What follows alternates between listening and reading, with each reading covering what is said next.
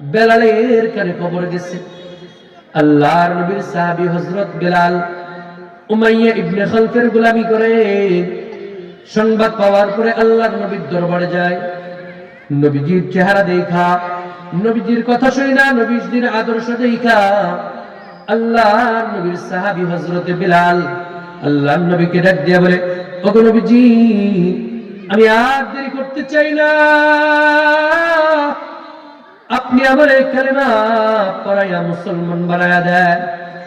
আল্লাহর নবী হযরত বেলালকে কালেমা পড়া মুসলমান বানায়া দিলেন। ও বেলাল, যাও যাও, তুমি তোমার মালিকের কাজ করো, যখন সময় হবে আমি তোমাকে সংবাদ শোনাবো, তুমি আমার দরবারে চলে আসবা। এবার আল্লাহর নবীর সাহাবী হযরতে বেলাল রাদিয়াল্লাহু তাআলা আনহু উমাইয়া ইবনে খালফের বাড়িতে কাজ করে অবসর সময়গুলা যখন পায়, হযরত বেলাল সর্বদাই আল্লাহর নামের জিকির করে।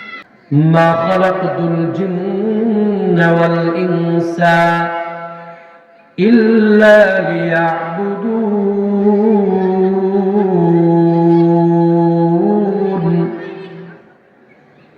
আল্লাহ মানুষ বানাইছেন, জিন বানাইছেন শুধুমাত্র আল্লাহ তাআলার গোলামির জন্য।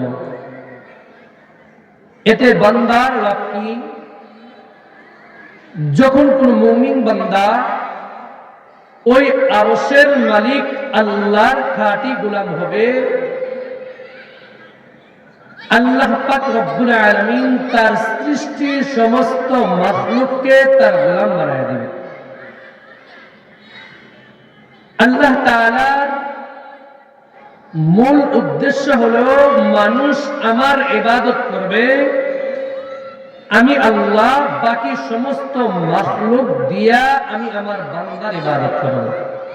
মুসলমান আল্লাহর গোলাম, তুমি আমি যখন আল্লাহর গোলাম হয়ে যাব,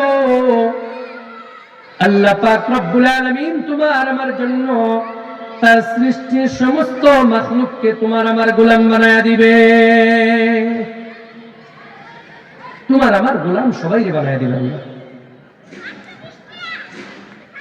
এর কারণ হলো মানুষ আল্লাহর গোলাম হতে চায় না, মানুষ দুনিয়ার মানুষের গোলামি করে।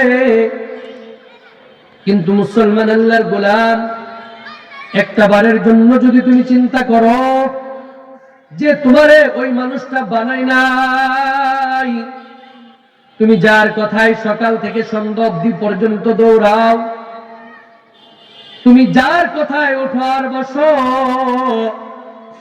ওই মানুষটা কিন্তু এক বেলার খাবারও তোমার ব্যবস্থা করে দিতে পারবে না।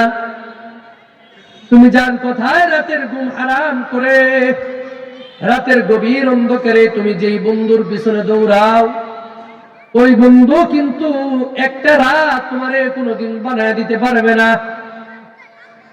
ওই রাত বানায় দেওয়ার মালিক আল্লাহ, ওই রাতে চলার শক্তি দিয়েছেন তোমার আমার আল্লাহ। ওই রাতে তোমার বন্ধুর প্রশংসায় তুমি মেতে উঠো, এই প্রশংসা করার মতো শক্তি সাধ্য যোগ্যতা দিয়েছেন তোমার আমার আল্লাহ।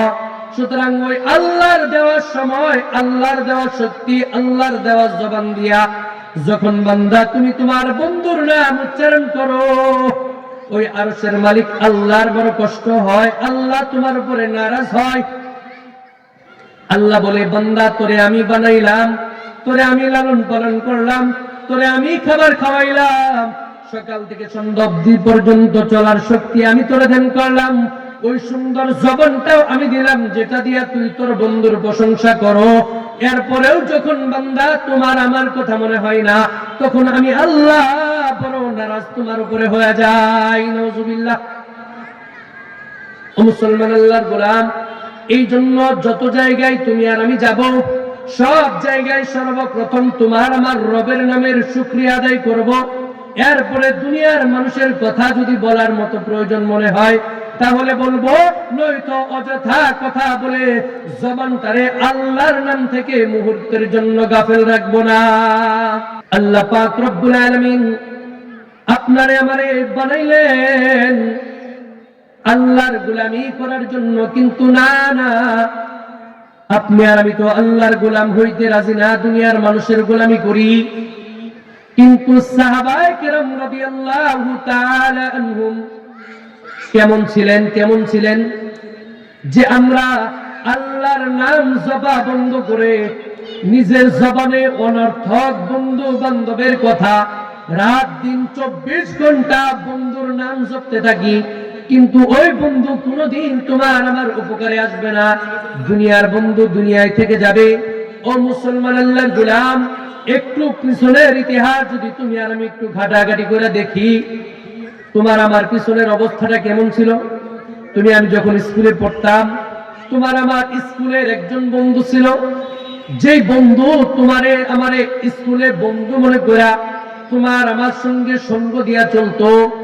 হঠাৎ স্কুল জীবন শেষ করে কলেজে চলে গেলা। এখন দেখা যায় ওই বন্ধু গরিব থাকার কারণে তোমার সঙ্গে কলেজে আর বন্ধু হইতে পারে নাই। বন্ধু স্কুলে শেষ হয়ে গেছে। এবার তুমি কলেজ যাওয়ার পরে কলেজে তোমার আলাদা বন্ধু হইছে। ওই বন্ধুর সঙ্গেও তুমি কথা বলেছো, সম্পর্ক তোমার খুব ভালো ছিল। রাত দিন তুমি বন্ধুর সঙ্গে একাকার করে দিয়েছো। একটা মুহূর্তের জন্য বন্ধুর কাছ থেকে দূরে থাকো নাই। কিন্তু দেখো ভাগ্যের কি নির্মম পরিহাস, ওই কলেজের বন্ধু ইউনিভার্সিটিতে আর যাইতে পারে নাই, কর্মরত হয়ে গেছে। এবার বুঝে থাকলে বলো দেখি, তোমার আমার ওই বন্ধু যার কারণে তুমি পাগল পারা হয়ে ঘুরছো, সেই বন্ধু কলেজে শেষ, ইউনিভার্সিটিতে আর যায় নাই। আবার ইউনিভার্সিটিতে যাওয়ার পরে নতুন কিছু বন্ধু বানাইছো, যেই বন্ধু তোমার লেখাপড়ার টেবিলের বন্ধু নয়, রাজনৈতিক ময়দানে তোমার বন্ধু হয়ে গেছে, আমার বন্ধু হয়ে গেছে। এবার একটু চিন্তা করো, ফিকির করো ভালো করে। এইখানে সবচেয়ে গুরুত্বপূর্ণ বিষয় হলো ওই ইউনিভার্সিটির বন্ধুটাও কিন্তু তোমার সঙ্গে আর নাই। ওই বন্ধু রাজনীতিতে জড়ায় গেছে, তুমি চাকরিতে জড়ায় গেছে। দুইজন দুই জায়গায় থাকার কারণে একজনের সাথে আরেকজনের বছরের পর বছর পার হয়ে গেছে, কোনো দেখা সাক্ষাৎ হয় না। এবার চিন্তা করে দেখো, দুনিয়ার বন্ধু কি তোমার বন্ধু আসেনি? না না, স্কুলের বন্ধু কলেজে যায় নাই, কলেজের বন্ধু ইউনিভার্সিটিতে যায় নাই, ইউনিভার্সিটির বন্ধু চাকরিতে যায় নাই। এবার দুইজন দুই দেশে আছে, একজনের সাথে আরেকজনের সাক্ষাৎ নাই। বন্ধু দুনিয়া থেকে বিদায় নিয়েছে কবরে, কিন্তু দুনিয়ায় বন্ধু রয়ে গেছে। না না, ওই বন্ধু তোমার আমার কবরের কিনারায় যায় একবারের জন্য সূরাতুল ইখলাসের আমল করে তোমার আমার কবরে সদকায়ে জারিয়া পাঠায় নাই, ইসালে সওয়াব প্রেরণ করে নাই। না না, ওই যে তোমার আমার দুনিয়ার বন্ধু মরণের পরে তোমার আমার সঙ্গে আর ছিল না, ওই বন্ধু তোমার আমার সঙ্গে আর কবরে গেল না। একবারের জন্য তোমার আমার কবরের কিনারায় দাঁড়ায়া মালিকের কাছে ফরিয়াদ করে বলল, না ওগো আল্লাহ, আমার বন্ধু বড় ভালো মানুষ ছিল, ও মালিক তুমি আমার বন্ধুরে মাফ করে দাও, মালিক তুমি আমার বন্ধুরে জান্নাত দিয়া দাও, ও মালিক তুমি আমার বন্ধুর কবরটারে জান্নাতের বাগান বানায়া দাও। না না, তোমার বন্ধু কোনদিন তোমার আমার কবরের কিনারায় যায় তোমার আমার জন্য ফরিয়াদ করে নেন। কিন্তু তোমার আমার একজন বন্ধু আছে, তুমি যদি ওই মানুষটারে বন্ধু বানাইতে পারো, দেখবা কাল কিয়ামতের কঠিন ময়দানে তোমার আমার সেই বন্ধু তোমারে আমারে সুপারিশ করা কাল কিয়ামতের কঠিন ময়দানে মুসিবতের দিনে আল্লাহ তৈরি জান্নাতের মেহমান বানায়া দিবেন। সেটা আর কেউ নয়, তোমার আমার নবী সরকার দো আলম নবী মুহাম্মদ আরবি সাল্লাল্লাহু আলাইহি ওয়াসাল্লাম। তাহলে কি বুঝলেন? এই যে বন্ধু দুনিয়ায় বানাইলেন, স্কুলের বন্ধু কলেজে যায় নাই, কলেজের বন্ধু ইউনিভার্সিটিতে যায় নাই, ইউনিভার্সিটির বন্ধু চাকরির ময়দানে যায় নাই, আর চাকরিরত বন্ধু ব্যবসায় যায় নাই, ব্যবসার বন্ধু রাজনীতির ময়দানে জড়ায় নাই। এইভাবে করে করে একজনের সাথে আরেকজনের দূরত্ব সম্পর্ক বজায় রাখতে রাখতে রাখতে রাখতে একদিন দুনিয়া থেকে বিদায় নিয়েছে, বন্ধুর খবর আর নাই। বন্ধু কবরে চলে গেছে।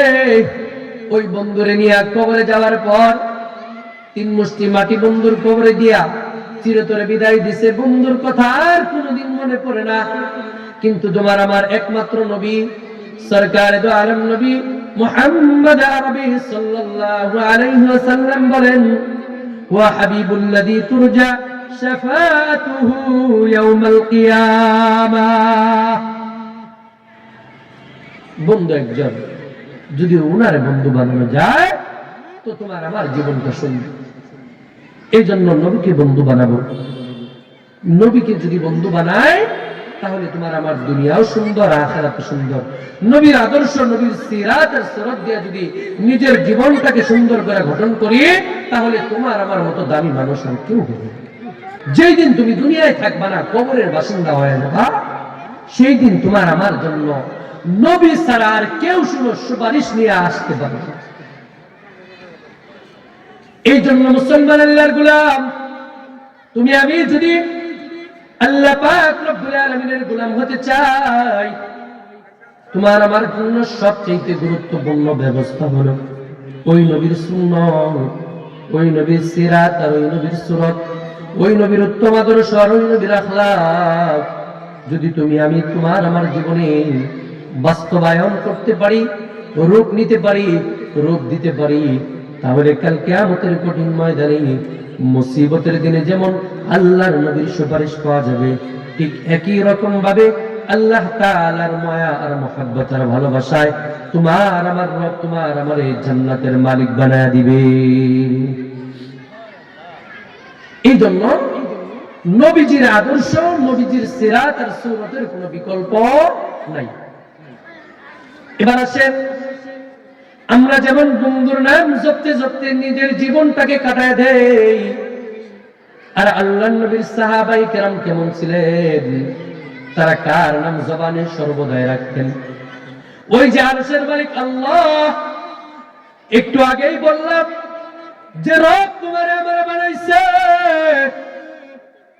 ওই রব তোমারে আমারে বানানোর পর তোমার আমার কাছ থেকে জায়গা জমি চাই নাই, বাড়ি গাড়ি চাই নাই, ব্যাংক ব্যালেন্স টাকা পয়সা চাই নাই, কিন্তু রবের নাম যদি তোমার আমার জবানে থাকে, ওই আরশের মালিক আল্লাহ তোমার আমার জবান দ্বারা ওই মালিকের নাম উচ্চারিত হওয়ার পর ওই মালিক আরের দরবারে যেমন তোমার আমার ব্যাপারে নোটিশ হইতে থাকে, তোমার আমার নাম লিপিবদ্ধ হইতে থাকে, মালিকের কুদরতি অন্তর নরম হইতে থাকে, ঠিক একই রকম ভাবে আল্লাহর নাম জবানে থাকার কারণে তোমার আমার দিলটাও পরিষ্কার হইতে থাকে। আল্লাহর নামের জিকির করলে কলবটাও পরিষ্কার হয়। আমরা কেমনে বুঝবো যে রবের নাম জপলে পরে রব আপনার আমার কলবটাও পবিত্র বানায় দেয়, পরিষ্কার বানায় দেয়, পরিচ্ছন্ন বানায় দেয়? এর দৃষ্টান্ত হলো আল্লাহ পাক রব্বুল আলামিনের পয়গম্বরের সাহাবী হযরত বিলাল রাদিয়াল্লাহু তাআলা আনহু, আল্লাহর নবীর সাহাবী হযরত বিলাল রাদিয়াল্লাহু তাআলা আনহু, যিনি মসজিদে নববীর স্থায়ী মুয়াজ্জিন ছিলেন। কেমন আল্লাহর নবীর সাহাবী হযরত বিলাল। বিলাল কোন সাধারণ সাহাবী নয়, আল্লাহ পাক রব্বুল আলামিনের পয়গম্বরের সাহাবী হযরত বিলাল রাদিয়াল্লাহু তাআলা আনহু ওই আরবের জমিনে একজন মুশরিকের গোলাম ছিলেন, যার নাম হলো উমাইয়া ইবনে খালফ। এই উমাইয়া ইবনে খালফের বাড়িতে হযরত বিলাল রাদিয়াল্লাহু তাআলা আনহু গোলামের কাজ করতেন। বিলাল বড় বড় বংশের মানুষ ছিলেন, বিষয়টা এমন নয়। বিলালের চেহারা বড় সুন্দর ছিল তাও নয়। বেলাল দেখতে শুনতে বড় দৃষ্টপুষ্ট মানুষ ছিল, বিষয়টা তাও নয়। বেলাল দেখতে যেমন কুৎসিত ছিল, চেহারাও তেমনটা সুন্দর ছিল না। আল্লাহর নবী যখন কালিমার দাওয়াত দিতে শুরু করলেন, হযরত বেলাল শুনতে পাইলেন যে মক্কার জমিনে এমন একজন মানুষের আবির্ভাব হয়েছে, ওই মানুষটার চেহারার দিকে তাকাইলে বড় ভালো লাগে। ওই মানুষটার কথা শুনলে মানুষ কালেমা পড়ে মুসলমান হয়ে যায়। বেলালের কানে খবর গেছে, আল্লাহর নবীর সাহাবী হযরত বেলাল উমাইয়া ইবনে খালফের গোলামি করে। সংবাদ পাওয়ার পরে আল্লাহর নবীর দরবারে যায়। নবীজির চেহারা দেখা, নবীজির কথা শুনা, নবীজির আদর্শ দেখা আল্লাহর নবীর সাহাবী হযরত বেলাল আল্লাহর নবীকে ডাক দিয়া বলে, ওগো নবীজি, আমি আর দেরি করতে চাই না, আপনি আমার এই কালেমা পড়াইয়া মুসলমান বানায়া দেন। আল্লাহর নবী হযরত বেলালকে কালেমা পড়া মুসলমান বানায়া দিলেন। ও বেলাল, যাও যাও, তুমি তোমার মালিকের কাজ করো, যখন সময় হবে আমি তোমাকে সংবাদ শোনাবো, তুমি আমার দরবারে চলে আসবা। এবার আল্লাহর নবীর সাহাবী হযরত বেলাল রাদিয়াল্লাহু তাআলা আনহু উমাইয়া ইবনে খালফের বাড়িতে কাজ করে অবসর সময়গুলা যখন পায়, হযরত বেলাল সর্বদাই আল্লাহর নামের জিকির করে। একদিন হযরতে বেলাল রাদিয়াল্লাহু তাআলা আনহু মাঠে কাজ করতেছেন। এমন সময় হযরতে বেলালের মালিক উমাইয়া ইবনে খালফ তাকাইয়া দেখে বেলাল তার জবান দিয়া কি জানি উচ্চারণ করতেছে। এবার হযরত বেলাল রাদিয়াল্লাহু তাআলা আনহুকে উমাইয়া ইবনে খালফ ডেকে জিজ্ঞেস করলো, ও বেলাল, তুমি কি তোমার জবান দিয়ে উচ্চারণ করতেছো? এবার হযরত বেলাল ডাক দিয়া বলে, ও মালিক, আমি আমার মালিকের নাম জপতেছি।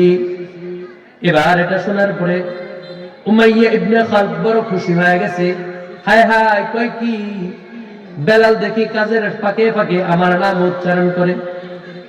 এই কথা বলার সঙ্গে সঙ্গে হযরত বেলাল ডাক দিয়া কয়, ও দুনিয়ার মালিক, আমি আপনার নাম জপি না, আমি তো ওই মালিকের নাম জপতেছি, যে আসমানের মালিক, যে জমিনের মালিক, যে আসমানের মালিক, যে জমিনের মালিক, যে আমার মালিক, যে আপনার মালিক, ওই মালিকের নাম জপতেছি, আমি তো আপনার নাম জপি না। এবার এই কথাটা শোনার পর হযরতে বেলাল রাদিয়াল্লাহু তাআলা আনহুর মালিক উমাইয়া ইবনে খালফ একটু রাগান্বিত হয়ে গেলেন। ডাক দিয়া বললেন, ও বেলাল, আমি যখন তোমার মুখ থেকে শুনেছিলাম তুমি তোমার মালিকের নাম জপতেছো, এটা শুনে আমি খুশি হয়ে ভেবেছিলাম আমি তোমার ডিউটি কমায়া দিব, তোমার বেতনটা বাড়ায়া দিব। কিন্তু এবার দেখলাম না না, তুমি আমার নাম জপো না, তুমি ওই মুহাম্মদের মালিকের নাম জপতেছো। না না, এটা আমি বরদাস্ত করতে পারবো না। তুমি আমার বাড়ি খাও, তুমি আমার বাড়ি থাকো, তুমি আমারটা বড়, এরপরেও তুমি তোমার মালিকের নাম না জপা ওই মুহাম্মদের মালিকের নাম জপো, এটা আমি কোনোভাবেই মেনে নিতে পারবো না। ও বেলাল, তুমি তোমার জবান থেকে তোমার ওই মালিকের নাম জপ বন্ধ করে দাও। আজকের থেকে তুমি আমার নাম জপতে শুরু করো, বিনিময়ে আমি তোমার বেতন বাড়াইয়া দিব আর তোমার ডিউটিটাও কমাইয়া দিব। এবার হযরত বেলাল কয়, ও দুনিয়ার মালিক, আপনি আমার বেতন বাড়ায়া দেন, এতেও আমার কোনো খুশি হওয়ার কারণ না। আপনি আমার বেতন কমায়া দেন, তাতেও আমার দুঃখ পাওয়ার কোনো কারণ নাই। আপনি যদি আমার ডিউটি বাড়ায়া দেন, এতেও আমি কষ্ট বোধ করব না। আপনি যদি ডিউটি কমায়া দেন, এতেও আমি রাগান্বিত হব না। সুতরাং আপনার কাছে আমার একটাই দাবি, আমি আপনাকে মালিক হিসাবে মানতে পারবো না। আমার যদি মালিক হিসাবে কাউকে মানতেই হয়, তাহলে আমি ওই আরশের মালিক আল্লাহকেই মানব। সুবহানাল্লাহ। এবার হযরত বেলাল রাদিয়াল্লাহু তাআলা আনহুর মালিক উমাইয়া ইবনে খালফ বড় রাগান্বিত হয়ে গেছে। এবার উমাইয়া ইবনে খালফ দৌড়াইয়া চলে গেছে। যাওয়ার পরে মক্কার নেতৃস্থানীয় ব্যক্তিবর্গদেরকে ডেকে বলা হয়, ও তোমরা শুনছনি, আমার গোলাম বেলাল ও মুহাম্মদের দরবারে গিয়া ওই মুহাম্মদের হাতে হাত রাইখা কালেমা পড়ে মুসলমান হয়ে গেছে। এবার বেলালের ব্যাপারে আলাদা সিদ্ধান্ত নিতে হবে। এবার কি সিদ্ধান্ত নিবে হযরত বেলালের ব্যাপারে? এবার সবাই গোল বৈঠকের আয়োজন করলো। বৈঠক শেষে সিদ্ধান্ত নেওয়া হইল, যাও যাও, বেলালকে শেষবারের মতো ওয়ার্নিং দিয়ে দাও, ও বেলাল, তুমি যদি তোমার ওই রবের নাম ভুলে না যাও, তুমি যদি আমাদের বাপদাদার ধর্মে ফিরে না আসো তাহলে তোমাকে কঠিন শাস্তি দেওয়া হবে এবং কি তোমাকে মেরেও ফেলা হয় যেতে পারে। সুতরাং তুমি এবার সিদ্ধান্ত নাও তুমি কি করবা। তুমি কি তোমার ওই মালিককে ভুলে গিয়া তোমার বাপদাদার মালিককে স্মরণ করবা, তুমি মূর্তির পূজা করবা, আমাকে মালিক হিসাবে মানবা, নাকি তুমি তোমার ওই আরশের মালিক আল্লাহকে মানবা? বেলাল ডাক দিয়া বলে, তোমাদের যা মনে চায় তোমরা তাই করতে পারো, কিন্তু আমি আমার আল্লাহর নামের ঈমান এনেছি, এটা আর ছাড়তে পারবো না। আমার দ্বারা আমার মালিকের নাফরমানি করা সম্ভব নয়। তুমি যা মনে চাই তুমি আমার ব্যাপারে তাই ফয়সালা করো, আমি সব মাথা পেতে নিব, কিন্তু আমি আমার আল্লাহর গোলামি করা বন্ধ করব না। এবার হযরত বেলাল রাদিয়াল্লাহু তাআলা আনহুকে উমাইয়া ইবনে খালদ শেষবারের মতো ওয়ার্নিং দিলেন। বেলাল জানায় দিলেন, না না, সব কথা আমি তোমার কথাই মানতে পারবো না, যা করার তুমি করতে পারো। এবার হযরত বেলাল রাদিয়াল্লাহু তাআলা আনহুকে রাত্র দিন শিকল দিয়ে হাত পা বেঁধে বেত্রাঘাত করা হয়। যখন চরম রোদ উঠে, দুপুরে রোদের কারণে মরুভূমির বালু উত্তপ্ত গরম হয়, এমন সময় বেত্রাঘাতের আঘাত সহ হযরতে বেলাল রাদিয়াল্লাহু তাআলা আনহুকে ওই মরুভূমির উত্তপ্ত বালুর মধ্যে শোয়াইয়া বুকের উপর বাতি পাথর চাপা দিয়া হযরত বেলাল রাদিয়াল্লাহু তাআলা আনহুকে কষ্ট দেওয়া হয়। এত কষ্ট হযরত বেলালকে দেয় যে রাতের বেলায় শিকল দিয়ে তার হাত পা বেঁধে খুঁটির সাথে বেঁধে এরপরে তাকে বেত্রাঘাত করা হয়। পালাক্রমে বেত্রাঘাত চলতে থাকে। এক একজন মানুষ বেত্রাঘাত করতে করতে করতে করতে তারা ক্লান্ত হয়ে যায়। এরপরে আরেকজনের হাতে বেলালকে সফরদ করে দেওয়া হয়, কিন্তু বেলাল ক্লান্ত হয় না। বেলাল শুধু তার ওই কষ্টের মধ্য দিয়ে শুধু একটি মাত্র শব্দ জপতে থাকে, আহাদ আহাদ আহাদ। এরপরে হযরত বেলালকে দিনের বেলায় মরুভূমির উত্তপ্ত গরম বালুর মধ্যে শোয়াইয়া বুকের উপর ভারী পাথর চাপা দিয়ে রাখা হয়। আর বেলালকে বলা হয়, ও বেলাল, এখনো সময় আছে, যদি তুমি ওই আল্লাহর গোলামি বন্ধ করে আমাদের গোলামি করা শুরু করে দাও, বিনিময়ে তোমাকে হায়াত দিয়ে দেওয়া হবে, তোমাকে বাঁচা দেওয়া হবে, তোমার শাস্তি কমায় দেওয়া হবে, তোমার কাজ বন্ধ করে দেওয়া হবে, তুমি স্বাধীনভাবে চলতে পারবা। আর যদি তুমি তোমার ওই মালিকের গোলামি বন্ধ না করো রে বেলাল, তোমাকে শাস্তি দিতেই থাকা হবে, দিতেই থাকা হবে। বেলাল সাফ সাফ বলে দেই, তোমাদের যা মনে চাই তোমরা তাই করো, কিন্তু আমি একবারের জন্য বেলাল আমার মালিকের নাম জপা বন্ধ করব না। শুধু তাই নয়, হযরতে বেলাল রাদিয়াল্লাহু তাআলা আনহুকে এরপরে রাত্র দিন নির্যাতন শেষে যখন সবাই ক্লান্ত হয়ে যায়, মক্কার দুষ্ট ছেলেদের হাতে হযরত বেলালকে তুলে দেওয়া হয়। তারা হযরত বেলালের পায়ে শিকল লাগায়া মক্কার অলিতে গলিতে শেষরাইতে থাকে, টানতে থাকে। আল্লাহু আকবার। এরপরে হযরত বেলাল আল্লাহর নাম জবান থেকে বন্ধ করে নাই। কিন্তু আজকে আমরা এমন হয়ে গেলাম, আমরা দুনিয়ার জমিনে পাখির মতো উঠতে শিখলাম, পানিতে ভাসতে শিখলাম, কিন্তু আল্লাহর জমিনে আল্লাহর গোলামি করার মধ্য দিয়ে আল্লাহর জমিনে বিচরণ করা এখনো শিখতে পারলাম না। মুসলমান হইলাম আমরা। বড় লজ্জা হয় যে জবান দিয়া যখন আমরা উচ্চারণ করি যে আমরা বড় মুসলমান, আমাদের ঈমান বড় মজবুত। ওই হযরত বেলালের একদিনের কষ্ট যদি বর্তমান সময়ের আমাদের কোন মুসলমানকে দেওয়া হয়, মুহূর্তের মধ্যে সে কালিমা ছেড়ে যাবে। কিন্তু বেলাল এত কষ্টের পরেও একটা বারের জন্য আল্লাহর নাম জবান থেকে বন্ধ করেন।